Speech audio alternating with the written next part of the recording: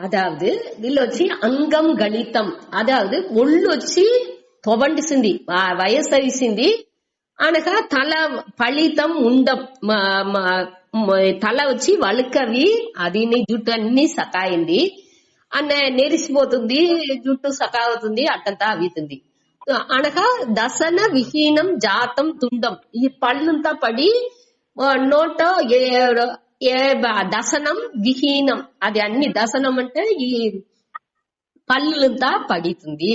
వృద్ధో యాతి గృహీత్వ దండం, మన వయసు అవంగా నడిచింది కూడా ఇంకొక కంబు ఏదినా పెట్టుకునే దాని సార్దే మన வாழ்க்கை అనేది ఇంకోరిని సార్దే ఉండట్టుగా ఉంది.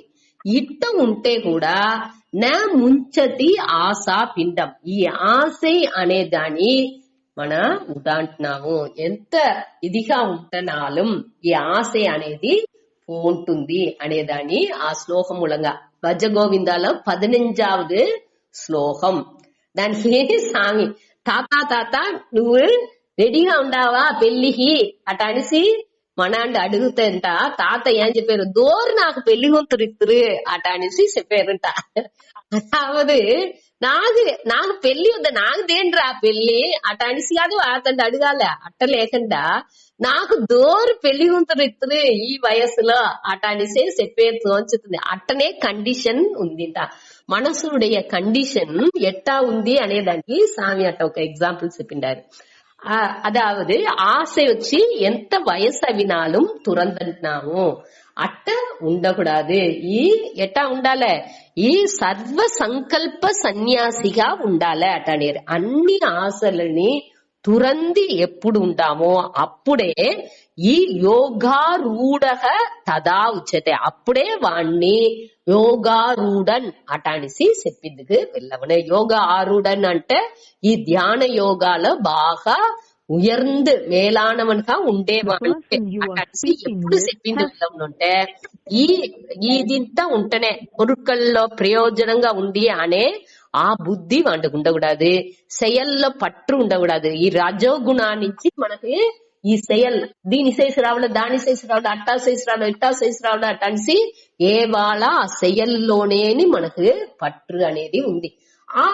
అది లేకుండా ఆవాళ ఏం చేయాలనో అదే ఈ ఒళ్ళు అది వాటి చేతా ఉండు. మన ఇట్ట బుద్ధిపూర్వంగా తిరిగి ఎంచి చూసి దాన్ని చెయ్యాలని అవశ్యం లేదు. ఏది చెయ్యాలనో దాని ఆవాళ దాని తగ్గట్టు మన వాటి చేత పోతే అది వాటి వాళ్ళకి పోతానే ఉన్ను.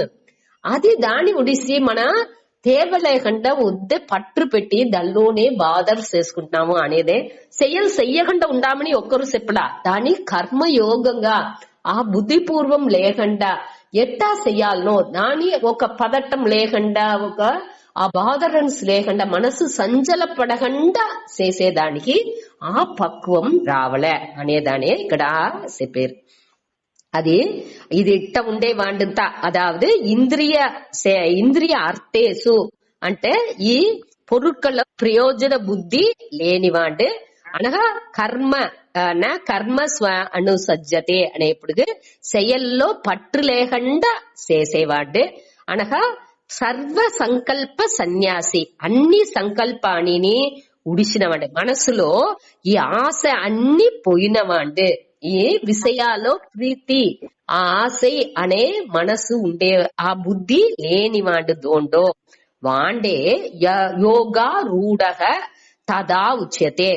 ఇట్టంతా ఉండేప్పుడుకే వాణ్ణి యోగాలో ఈ ధ్యాన యోగాలో అదాదు నిధిధ్యాసనాలో బాగా మేలాன நிலைని అడంజినాండు అటానిసి వాణ్ణే చెప్పింది వెళ్ళవును. దానిలోనే ఆ ధ్యాన యోగాలో నిలై పెట్టిన వాండు అటానిసి అప్పుడే చెప్పింది వెళ్ళవునే తవిర దాని ముందాది దాకా చెప్పింది వెళ్ళవదు. మొదట ఈ ఇంద్రియ విషయాలలో పట్టు ఉండకూడదు, మన చేసే செயల్లోని పట్టు ఉండకూడదు.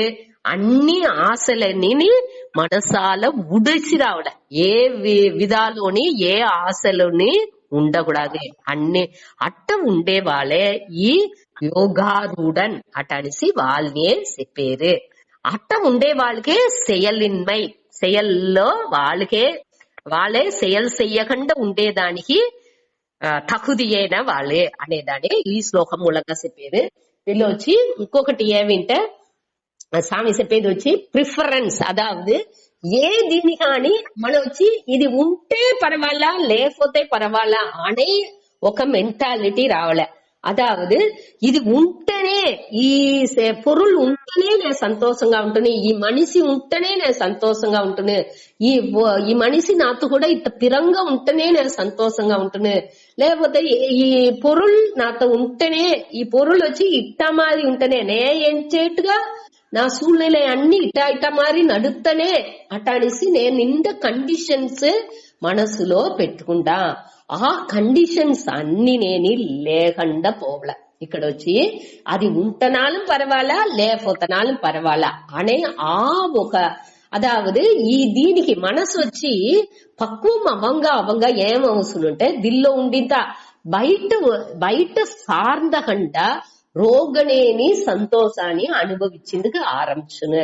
ఆ అర్థకామాల్ని ఉడిసి ఈ మోక్షాన్ని ధర్మాన్ని మొదట ఎంచుతా ఉంటాము. కరెక్టా నడాల, வாழ்க்கைలో అన్ని పర్ఫెక్టా నడాల, సరిగా పోవలే అనేది ఎంచుతా ఉంటాము. అనకు దానికి அடுத்த స్టేజ్ ఈ మోక్షం అనేప్పుడు మన దేనికి అడిమైగా మన మనసుని పెట్టుకోవాల్సిన అవసరం లేదు అనేదానే ఇక్కడ చెప్పారు. దీంతో ముడుచుకుంటాడు.